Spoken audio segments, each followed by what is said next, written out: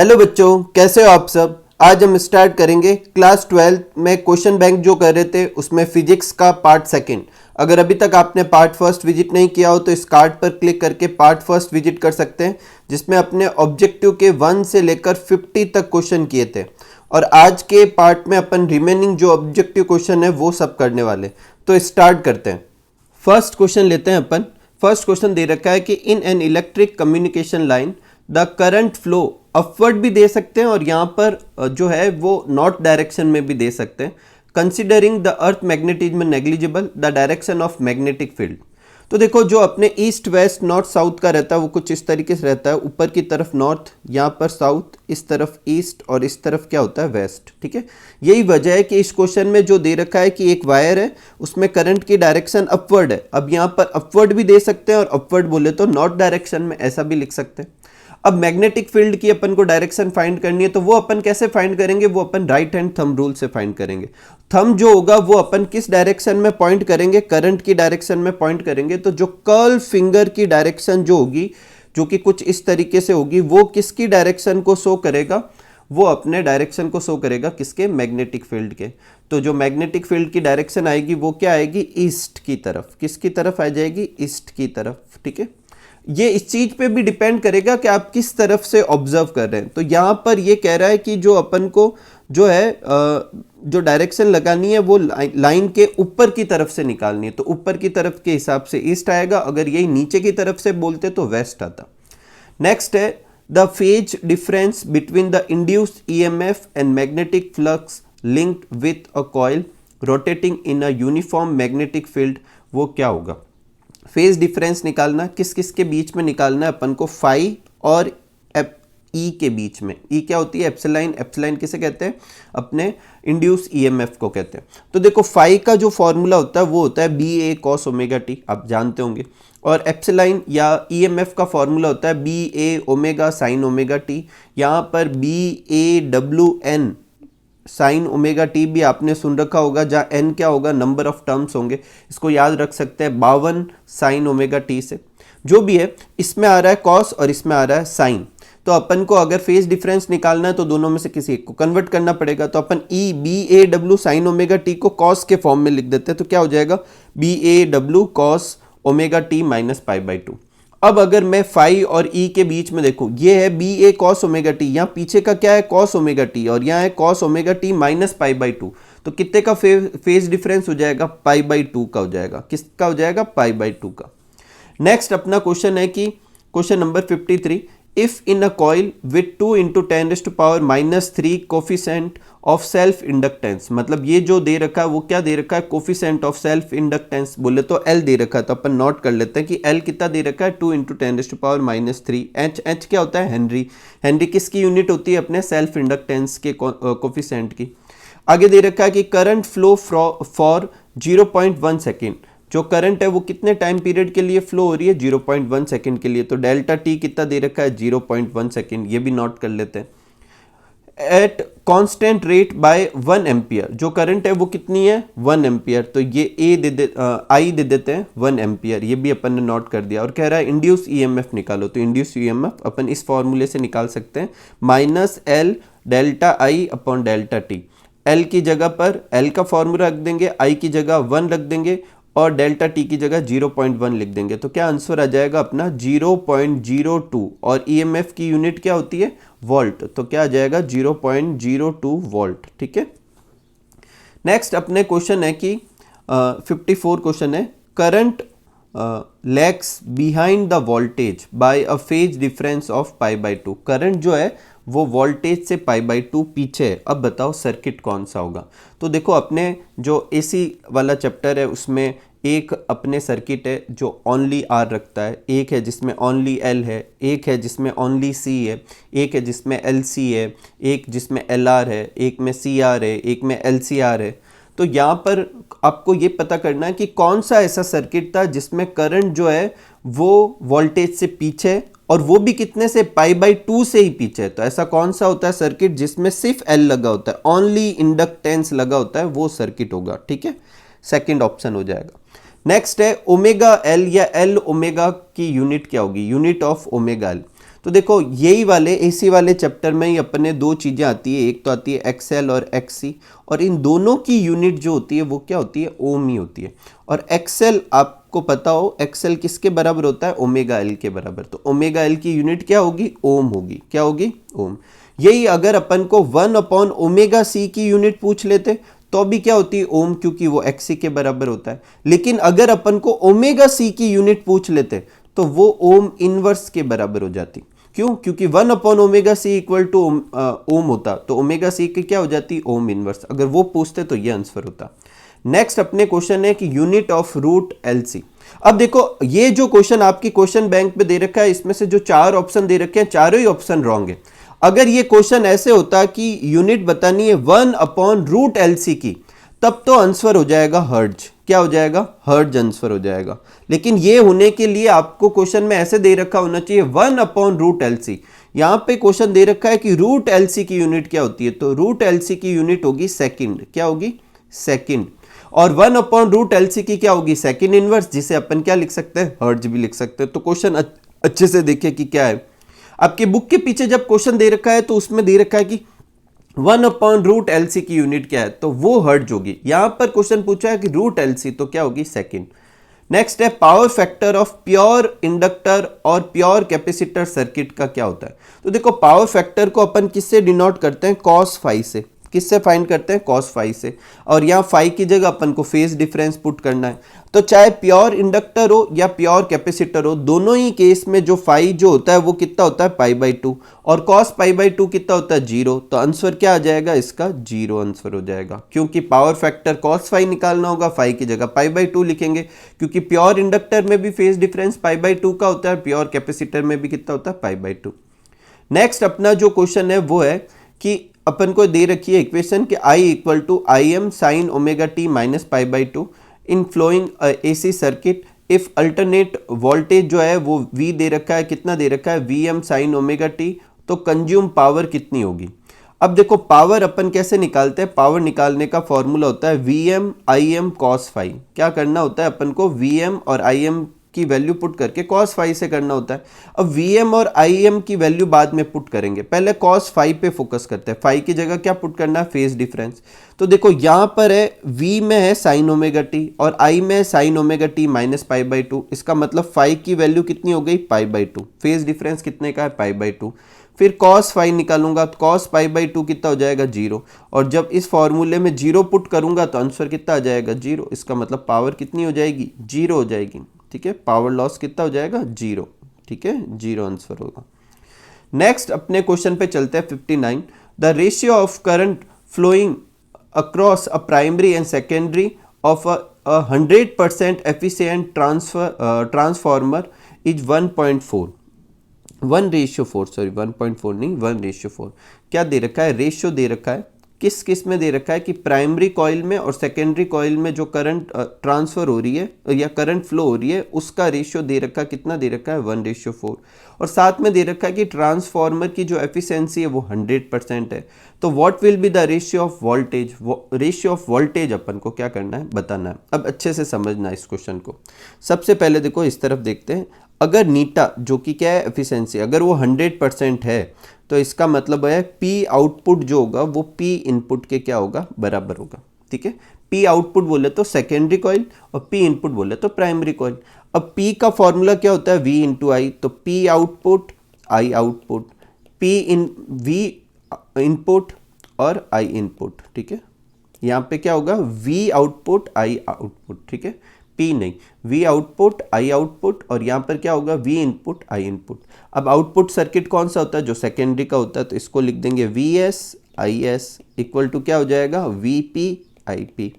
ठीक है, अब वी वाले एक तरफ ले लेते हैं, आई वाले एक तरफ ले लेते हैं, तो क्या हो जाएगा, I S upon I P equal to क्या हो जाएगा, V P upon V S हो जाएगा।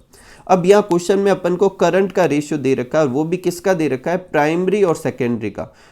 क्या दे रखा है, 1:4। मतलब अगर प्राइमरी की जगह मैं 1 रखूँ तो सेकेंडरी की जगह कितना रखना होगा, 4। तो 4/1 हो गया, और सामने Vp अपॉन Vs। ऐसे कैसे, तो यही आंसर हो गया। यही तो पूछा था, प्राइमरी और सेकेंडरी का रेशियो क्या आएगा, तो क्या आ गया, 4:1। क्या आ गया, 4:1। अच्छे से समझे इस क्वेश्चन को। ठीक है। नेक्स्ट अपने नेक्स्ट क्वेश्चन भी अच्छा है। A convex lens of power plus 6d, d क्या होता है, डायप्टर, पावर ऑफ लेंस की यूनिट होती है, ठीक है। और in contact with a concave lens, और उसकी पावर कितनी है, -4d। अब कह रहा है what will be the focal length, focal length बतानी है और नेचर ऑफ कंबाइंड लेंस, दोनों लेंस की कंबाइंड फोकल लेंथ बतानी है और नेचर बताना है। तो पहले अपन कंबाइंड पावर निकालते हैं। तो पावर कैसे निकालेंगे, दोनों को ऐड कर देंगे। तो 6d तो प्लस का है, 4d माइनस का है, तो कितना आंसर आ जाएगा 2d, वो भी किसका आएगा, प्लस का आएगा। और 2d प्लस का आएगा तो फोकल लेंथ निकाल सकते हैं। फोकल लेंथ कैसे निकालते हैं, f इक्वल टू क्या होता है 1/p, ठीक है। 1 की जगह 1 और p की जगह कितना पुट कर देंगे 2, तो कितना आ जाएगा 0.5 मीटर आ जाएगा। लेकिन ऑप्शन में मीटर है ही नहीं, सेंटीमीटर है। तो 0.5 मीटर बोलूँ या 50 सेंटीमीटर बोलूँ, तो 50 सेंटीमीटर हो जाएगा। अब कह रहा है कि नेचर बताओ, कॉन्केव होगा या कॉन्वेक्स होगा। तो कॉन्वेक्स के केस में p जो होता है प्लस का आता है और कॉन्केव के केस में माइनस का आया है। अपना आंसर कैसा आया था 2d, प्लस के आए थे, इसका मतलब कैसा होगा, कॉन्वेक्स। तो कॉन्वेक्स और 50 सेंटीमीटर, सेकेंड ऑप्शन हो जाएगा। नेक्स्ट है the image form by objective lens of a compound telescope will be. Compound telescope जो होता है उससे जो ऑब्जेक्टिव लेंस होता है उससे कैसी इमेज बनती है, तो कैसी बनती है, रियल और बिगर इमेज बनती है। रियल और क्या होगी, बिगर इमेज बनेगी, ठीक है। नेक्स्ट अपने क्वेश्चन है the angle of minimum deviation of a prism will be equal to its angle of refractive index if the refractive index of prism जो है वो बताना है कि कितना होगा। तो देखो इसके लिए अपन को पहले फॉर्मूला लिखना होता है। तो देखो नीटा का फॉर्मूला, जो रिफ्रैक्टिव इंडेक्स का फॉर्मूला है वो क्या हो जाएगा, sine A plus delta M by 2 और साइन ए बाई 2। अब क्वेश्चन में ये कह रहा है कि जो डेल्टा एम जो है, जो कि मिनिमम डेविएशन है, वो प्रिज्म के एंगल के इक्वल है, ठीक है। प्रिज्म एंगल के क्या है, इक्वल है। तो डेल्टा एम की जगह अपन क्या पुट कर देंगे, ए पुट कर देंगे और सॉल्व करेंगे। तो देखो यहाँ पे मैं सॉल्व करके बताता हूँ। देखो साइन ए और डेल्टा एम की जगह पे भी क्या लिख देंगे, ए बाई 2, नीचे क्या हो जाएगा साइन ए बाई 2, ठीक है। ऊपर देखो क्या हो जाएगा, ए और ए कितना हो जाएगा 2a अपॉन 2 करेंगे तो साइन, और नीचे क्या हो जाएगा साइन ए बाई 2। कोई तकलीफ नहीं। अब मेरी बात आप ध्यान से सुने, साइन ए की जगह मैं साइन 2 थीटा का फॉर्मूला लगाता हूँ तो क्या हो जाएगा 2 sine A by 2 cos A by 2, ठीक है। और नीचे क्या हो जाएगा साइन ए बाई 2। तो साइन ए बाई 2 से साइन ए बाई 2 कट जाएगा, क्या बचेगा 2 कॉस ए बाई 2। क्या बच गया 2 कॉस ए बाई 2, ये बच गया अपने 2 कॉस ए बाई 2, ठीक है। यहाँ तक समझ में आया। थोड़ा यहाँ साफ कर लेता हूँ मैं ताकि वो अपने जगह रहे। ये याद रखना कि यहाँ पर कितना आया था answer, 2 cos A by 2 answer आया था। कितना आया था 2 कॉस ए बाई 2, ठीक है। ये अपने लिख दिया कि अपना आंसर कितना आया नीटा का 2 कॉस ए बाई 2। अब वो कह रहा है कि जो है रिफ्रैक्टिव इंडेक्स क्या क्या आ सकता है। तो देखो एक बार अपन ए की जगह पर क्या पुट करते हैं, 0। कितना पुट करते हैं, 0। ये देखो मैंने यहाँ पे लिखा है ए की जगह 0 पुट करूँगा इस वाले में, तो कॉस 0/2, 0/2 करेंगे तो 0, कॉस 0 की वैल्यू कितनी होती है 1, तो 2 इंटू 1 कितना आ जाएगा 2, तो तब तो रिफ्रैक्टिव इंडेक्स आ रहा है 2। एक बार ए की जगह 90 पुट कर देते हैं, 90 पुट करेंगे तो देखो a बाई 2, 90/2 कितना हो जाएगा 45, और cos 45 की वैल्यू कितनी होती है 1/√2। इसको सॉल्व करेंगे तो √2। तो रिफ्रैक्टिव इंडेक्स की वैल्यू क्या क्या हो सकती है, 2 हो सकती है, √2 इसके बीच की हो सकती है, तो √2 और 2 के बीच की होगी, फर्स्ट ऑप्शन हो जाएगा।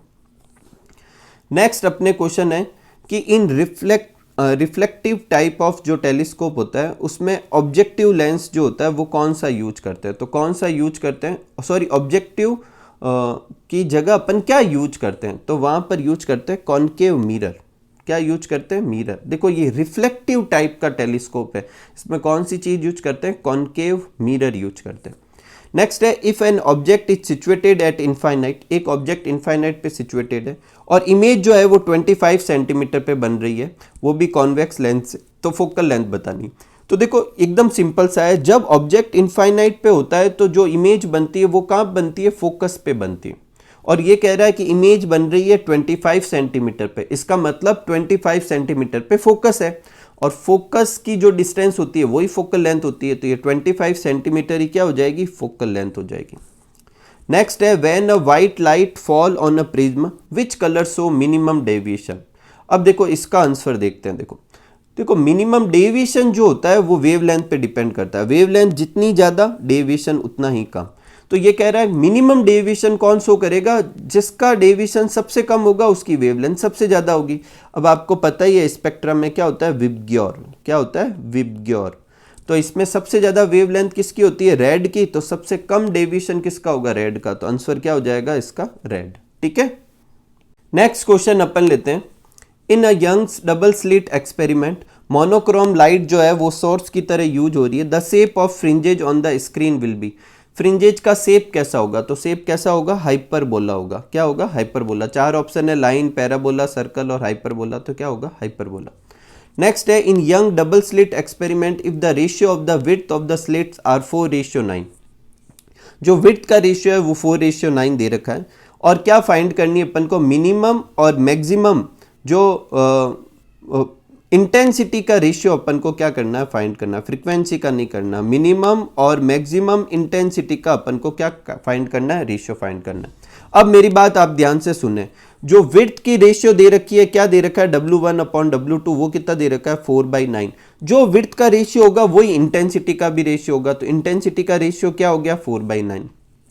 अब आई मैक्सिमम और आई मिनिमम का रेशियो अपन इस फॉर्मूले से निकालेंगे। I1/I2 का रूट +1 उसका स्क्वायर, और नीचे I1/I2 -1 उसका अपन स्क्वायर कर देंगे। ये दोनों देखो, I1/I2 जो है वो रूट के अंदर है, फिर +1 करेंगे तो मैक्सिमम और -1 करेंगे मिनिमम, और दोनों का स्क्वायर कर देंगे। ठीक है। इस पे अपन I1/I2 की जगह कितना पुट कर देंगे, 4/9। तो क्या हो जाएगा, 4/9 का रूट +1 इसका स्क्वायर अपॉन रूट 4/9 -1 और उसका स्क्वायर। ठीक है। इसको अपन सॉल्व करके देखेंगे तो कितना आ जाएगा अपने, 25:1 आ जाएगा। कितना आ जाएगा, 25:1। नेक्स्ट अपने क्वेश्चन है कि in a single slit diffraction width of the slit is a क्या दे रखी है, विड्थ दे रखी है। वेवलेंथ ऑफ मोनोक्रोम लाइट वो क्या दे रखा है, lambda. Then position of second minima, तो ये तो डायरेक्ट कर सकते हैं, सेकंड मिनिमा है तो कितना हो जाएगा, 2λ/a। नेक्स्ट क्वेश्चन है कि in a single slit diffraction width of the slit is a, wavelength of monochromatic light is lambda, the angular width of central maxima.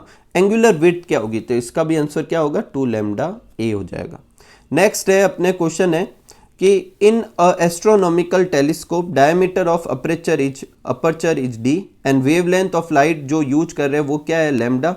Then limiting angular resolution क्या होगा, तो इसका आंसर क्या होगा, 1.22λ/d। ये क्या हो जाएगा, लिमिटिंग एंगुलर रिजोल्यूशन का क्या हो जाएगा, फॉर्मूला।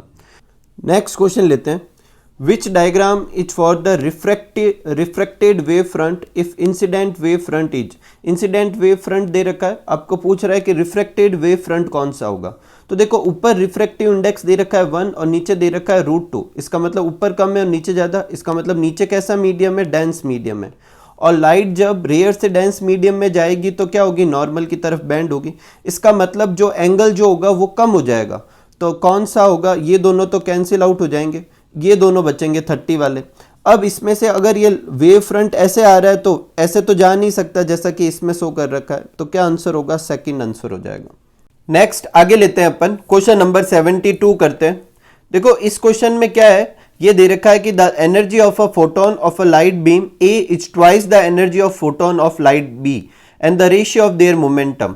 तो देखो पहले अपन को मोमेंटम और एनर्जी ऑफ फोटोन के बीच में रिलेशन निकालना है। या नॉर्मल पार्टिकल की एनर्जी की बात नहीं कर रही, फोटोन का कर रहा है। तो फोटोन की एनर्जी क्या होती है, mc²। इसको अपन ऐसे लिख सकते हैं mc.c। m इंटू सी को क्या लिख सकते हैं, p लिख सकते हैं। तो E इक्वल टू क्या हो जाएगा, p इंटू सी। मतलब फोटोन के लिए एनर्जी जो होती है वो मोमेंटम के क्या होती है, डायरेक्टली प्रोपोर्शनल होती है। तो जो रेशियो एनर्जी का होगा वो रेशियो किसका होगा, लीनियर मोमेंटम का या मोमेंटम का होगा। अब यहां पर कह रहा है कि EA/EB का रेशियो क्या है। देखो क्या दे रखा है कि लाइट जो एनर्जी जो है बीम ए की वो ट्वाइस है किसके, बी के। तो इसका मतलब EA/EB जो है वो 2/1 है। तो PA/PB भी क्या होगा, 2/1 होगा, क्योंकि E प्रोपोर्शनल क्या है, P के। ठीक है। नेक्स्ट क्वेश्चन अपन लेते हैं। देखो नेक्स्ट क्वेश्चन है, electrons are emitted from a metal surface. एक चीज मैं बता देता हूं, कुछ जगह सॉल्यूशन में यहाँ 4 आंसर आ रहा है और एक फॉर्मूला यूज किया हुआ है, वो सही नहीं है, यही सही आंसर है, ठीक है। नेक्स्ट है, electrons are emitted from a metal surface on incidence of green colour of a light among the following group of colour, which group will emit photo electron. देखो ये कह रहा है, क्वेश्चन का मतलब समझते हैं कि एक फोटो इलेक्ट्रिक इफेक्ट है, किसी मेटल से शो हो रहा है और वो ग्रीन कलर से फोटो इलेक्ट्रिक इफेक्ट शो कर रहा है। तो ये जो 4 ऑप्शन दे रखे हैं, इनमें से कौन सा ग्रुप जो होगा वो फोटो इलेक्ट्रिक इफेक्ट शो करेगा। तो ग्रीन कलर से शो होने का क्या मतलब है, पहले तो ये अपन को विबग्योर से करना है। तो देखो विबग्योर में ग्रीन का आ रहा है यहां पर। अब आपको थ्रेशोल्ड वेवलेंथ का कंसेप्ट समझना है। देखो थ्रेशोल्ड फ्रीक्वेंसी होती है कि मिनिमम फ्रीक्वेंसी, उससे ऊपर की फ्रीक्वेंसी पर क्या होगा, फोटो इलेक्ट्रिक इफेक्ट होगा। लेकिन थ्रेशोल्ड वेवलेंथ जो होता है वो होता है मैक्सिमम वेवलेंथ, जहां पर होगा उससे कम वेवलेंथ पर फोटो इलेक्ट्रिक इफेक्ट हो सकता है, उससे ज्यादा पर नहीं हो सकता। तो यहां ग्रीन पे हो रहा है, इसका मतलब ग्रीन से ज्यादा वेवलेंथ पे तो नहीं होगा, मतलब येलो, ऑरेंज और रेड में तो नहीं होगा। किस किस में हो सकता है, वॉयलेट, इंडिगो और ब्लू कलर में हो सकता है। तो ये अपने 4th आंसर हो जाएगा, वॉयलेट, इंडिगो और ब्लू में। नेक्स्ट है, if the energy of non relativistic free electron is double, then by which value the frequency of wave matter attach to it will vary. तो देखो एनर्जी और frequency जो होती है एक दूसरे के क्या होती है, प्रोपोर्शनल। ई इक्वल टू क्या होता है, एच न्यू। तो जिस रेशियो में ई चेंज होगा उसी रेशियो में फ्रीक्वेंसी चेंज होगी। वो कह रहा है कि जो एनर्जी जो है वो डबल कर दी गई, तो फ्रीक्वेंसी भी क्या हो जाएगी, डबल। नेक्स्ट क्वेश्चन है, find out the de Broglie wavelength related two electron of kinetic energy 10 electron volt. तो इसके लिए अपन को क्या करना है, डेल्टा का फॉर्मूला, लैम्डा का फॉर्मूला लगाना है। लैम्डा इक्वल टू क्या होता है, एच अपॉन पी, ठीक है। अब h की जगह अपन वैल्यू पुट कर देंगे 6.67 इंटू 10⁻⁻34, m की जगह 9.1 इंटू 10⁻⁻31, 10 की जगह एनर्जी की जगह अपन 10 लिख देंगे, ठीक है। अब ये 10 तो इलेक्ट्रॉन वोल्ट में, इसे अपन जूल में चेंज करने के लिए क्या करेंगे, 10 की जगह 10 और इलेक्ट्रॉन वोल्ट को जूल में चेंज करने के लिए क्या करेंगे, 1.6 इंटू 10⁻⁻19 से मल्टीप्लाई। ये सारे डेटा जब इस फॉर्मूले में पुट करेंगे तो अपना क्या आ जाएगा, आंसर आ जाएगा, ठीक है। एक और तरीका है, उससे भी कर सकते हो, जो क्या है कि 12.227 अपॉन क्या होता है, रूट वी। इससे भी अपन कर सकते हैं, ठीक है। चाहे जिससे भी करना आप इससे भी कर सकते हो। आंसर क्या आ जाएगा, 3.9 एंगस्ट्रम। नेक्स्ट है, stopping potential denotes. Stopping potential क्या डिनोट करता है, तो देखो फोटो इलेक्ट्रिक इक्वेशन जो होती है वो क्या होती है, half M V maximum square equal to H nu minus H nu naught. और यही इक्वेशन अपन ऐसे भी लिख सकते हैं, E V naught equal to H nu minus H nu naught. तो हाफ एम वी स्क्वायर जो है ई वी नॉट के बराबर होगा। इसका मतलब स्टॉपिंग पोटेंशियल जो है वो मैक्सिमम काइनेटिक एनर्जी को डिनोट करता है। तो किसको डिनोट करेगा, सेकंड ऑप्शन होगा, मैक्सिमम काइनेटिक एनर्जी को। नेक्स्ट अपने है क्वेश्चन, इसमें फोटो इलेक्ट्रिक इफेक्ट से रिलेटेड कुछ कर्व दे रखे हैं, इसमें से रॉन्ग अपन को छांटना है। तो देखो जो करंट जो होती है वो अपने इंटेंसिटी और करंट के बीच में कर्व जो होता है, ये पहला कर्व और ये सही कर्व है। करंट और पोटेंशियल के बीच में यही ग्राफ होता है। अब ये एक और दे रखा है जो ऑप्शन सी में दे रखा है, करंट और पोटेंशियल के बीच में, ये ग्राफ रॉन्ग है, ये ऐसा ग्राफ नहीं होता। और ये है पोटेंशियल और फ्रीक्वेंसी के बीच में, ये भी सही ग्राफ है। तो ऑप्शन जो सी है वो रॉन्ग है और अपन को रॉन्ग ही चूज करना था, इसलिए सी सही है। नेक्स्ट है, in which part of the electromagnetic spectrum the Lyman series of hydrogen is found. Lyman series जो होती है हाइड्रोजन की वो कौन से स्पेक्ट्रम में होती है, तो कौन से होती है, यूवी रेज में, ठीक है। नेक्स्ट है, hydrogen atom is excited to energy level n equal to 4, मतलब n इक्वल टू 4 पे वो क्या हो रहा है, एक्साइटेड हो रहा है। तो इमिटेड स्पेक्ट्रल लाइन फाइंड करनी है। तो स्पेक्ट्रल लाइन फाइंड करने का फॉर्मूला क्या होता है, n ब्रैकेट में n-1 अपॉन 2, जहाँ n की जगह अपन को क्या पुट करना होता है कि कौन से एनर्जी लेवल में है। तो 4 पुट करेंगे तो क्या हो जाएगा, देखो 4 माइनस 1 अपॉन 2, ठीक है। 2 से 2 कट हो जाएगा, 2 से 4 कट हो जाएगा, 2 टाइम्स अंदर 3 2 जा कितने हो जाएंगे, 6, ठीक है। तो 6 आंसर हो जाएगा। नेक्स्ट है अपने, in excited hydrogen atom according to Bohr's theory if angular momentum is 2h upon 2 pi then its energy will be. तो देखो एनर्जी फाइंड करने का फॉर्मूला है -13.6 Z square upon N square. या जेड की जगह अपन 1 पुट कर देंगे क्योंकि हाइड्रोजन है, लेकिन एन की जगह क्या पुट करें? तो इसके लिए क्वेश्चन में दे रखा है कि मोमेंटम जो है 2h अपॉन 2 पाई है, और अपन सब जानते हैं कि मोमेंटम जो होता है वो NH अपॉन 2 पाई के इक्वल होता है, और यहाँ पे दे रखा है 2h अपॉन 2 पाई। इसका मतलब n की जगह कितना होगा 2, तो Z की जगह तो 1 लिखेंगे क्योंकि हाइड्रोजन एटम था, और n की जगह क्या लिखेंगे 2। ये दोनों डेटा इसमें पुट कर देंगे तो अपना आंसर आ जाएगा -3.4 इलेक्ट्रॉन वोल्ट। ठीक है, तो -3.4 इलेक्ट्रॉन वोल्ट। नेक्स्ट है on increasing the value of principal quantum number in H atom the potential energy of atom. देखो पोटेंशियल एनर्जी के से ही रिलेटेड है, तो यहाँ पर एनर्जी के फॉर्मूले में देखो तो E का फॉर्मूला क्या था अपने -13.6 into Z square upon N square था। इसका मतलब E जो है वो n के क्या है, इन्वर्सली प्रोपोर्शनल है। ठीक है, n बढ़ाने पर E क्या होगा, कम होगा। तो यहाँ पर कह रहा है कि क्वांटम नंबर को इंक्रीज कर रहे हैं तो एनर्जी क्या होगी, डिक्रीज होगी। ठीक है, पहला ऑप्शन चूज करेंगे और क्या होगी, डिक्रीज। नेक्स्ट है when a hydrogen atom transmit from ground state to first excited state then the increase in its angular momentum. Angular momentum में कितना इंक्रीज होगा? ग्राउंड स्टेट से कहाँ जा रहा है, फर्स्ट एक्साइटेड स्टेट में। ग्राउंड स्टेट बोले तो n equal to 1, ground state क्या हो जाएगी, n इक्वल टू 1, और first excited state n equal to 2। अब मोमेंटम में कितना चेंज होता है, तो मोमेंटम का फॉर्मूला क्या होता है, NH अपॉन 2 पाई। अपन n इक्वल टू 2 के लिए और n इक्वल टू 1 के बीच में चेंज निकालना है तो L2 माइनस L1 कर देंगे। ठीक है, और देखो मैं यहाँ पे सॉल्व कर देता हूँ आपके। L2 कितना होगा, 2h अपॉन 2 पाई, और L1 कितना होगा, 1h अपॉन 2 पाई।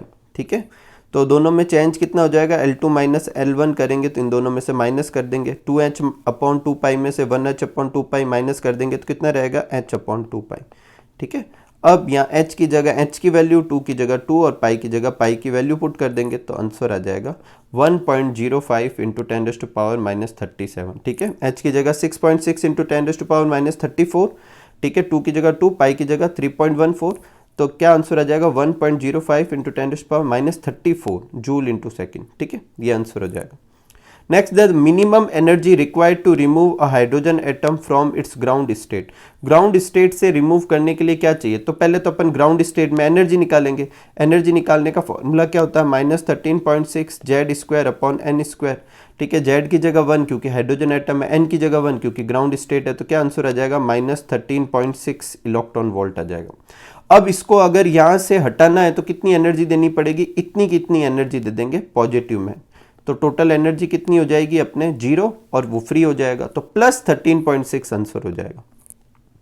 नेक्स्ट है the nucleus with highest binding energy, याद रखनी है क्या होगा, आयरन होगा। ठीक है, नेक्स्ट है which quantity related to nucleus is unchange with the increase in mass number. Mass number change करने पर कौन सी क्वांटिटी चेंज नहीं होती, डेंसिटी, क्योंकि डेंसिटी क्या होती है, कांस्टेंट होती है।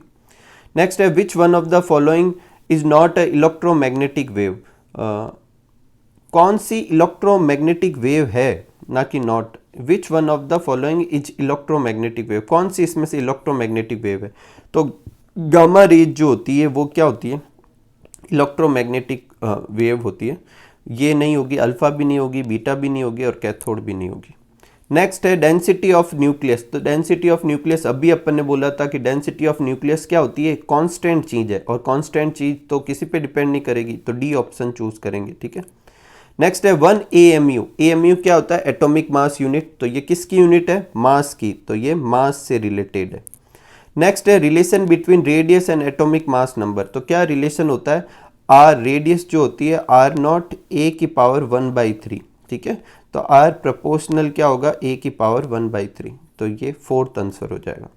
नेक्स्ट है when we add trivalent impurity. देखो सेमीकंडक्टर जो होता है उसमें अपन ट्राईवैलेंट इम्प्योरिटी भी मिला सकते हैं और पेंटावैलेंट भी मिलाते हैं। ट्राई वैलेंट सेमीकंडक्टर खुद कैसा होता है, 4 वैलेंसी वाला। जब ट्राई वैलेंट मिलाएंगे तो एक वैलेंसी खाली रह जाएगी और कौन सा बनेगा, पी टाइप का। यही अगर क्वेश्चन में ये होता कि पेंटा वैलेंट मिलाएंगे तो एक इलेक्ट्रॉन एक्स्ट्रा रहता और वो कौन सा हो जाता, एन टाइप का हो जाता। लेकिन इस क्वेश्चन में ट्राई वैलेंट मिलाना है तो आंसर क्या हो जाएगा, पी टाइप का। नेक्स्ट है pure germanium and silicon at absolute zero temperature किसकी तरह बिहेव करेगा। तो जर्मेनियम और सिलिकॉन जो होते हैं वो जनरली क्या होते हैं, सेमीकंडक्टर होते हैं। टेम्परेचर बढ़ाने पर कंडक्टर की तरह बिहेव करते हैं और कम टेम्परेचर पे इंसुलेटर की तरह। तो एब्सोल्यूट जीरो टेम्परेचर पे वो किसकी तरह बिहेव करेंगे, इंसुलेटर की तरह बिहेव करेंगे।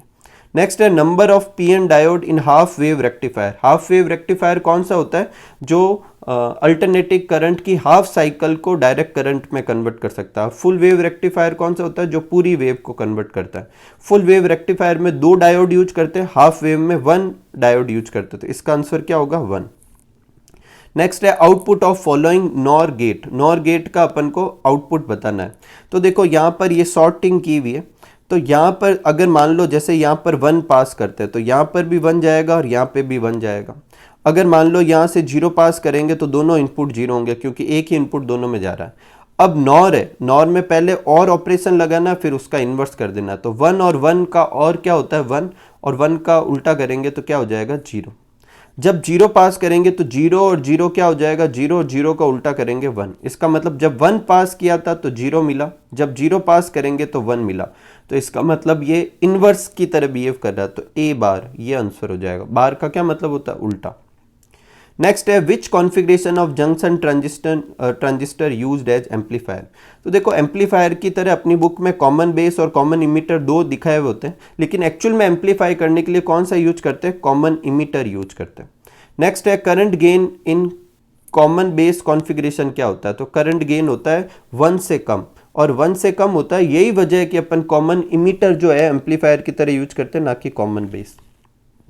नेक्स्ट क्वेश्चन है energy flow per unit area, जिसे अपन पॉइंटिंग वेक्टर भी कहते हैं, उसका फॉर्मूला बताना है। तो उसका formula S vector equal to क्या होता है, 1/μ0 E vector cross B vector. ठीक है, और क्रॉस है इसका मतलब चेंज नहीं करना, B vector cross E vector नहीं करना, E vector cross B vector बोले तो फर्स्ट ऑप्शन हो जाएगा। नेक्स्ट है टीवी रिमोट में अपन कौन सी फ्रीक्वेंसी यूज करते हैं। देखो आपको पता होता है कुछ मोबाइल जो होते हैं जैसे Xiaomi के वगैरह कुछ मोबाइल आते हैं, वो टीवी को कंट्रोल कर सकते हैं, रिमोट की तरह यूज कर पाते हैं। क्यों, क्योंकि उनमें IR ब्लास्टर होता है। तो कौन सी रेज यूज होती है, IR बोले तो इंफ्रारेड।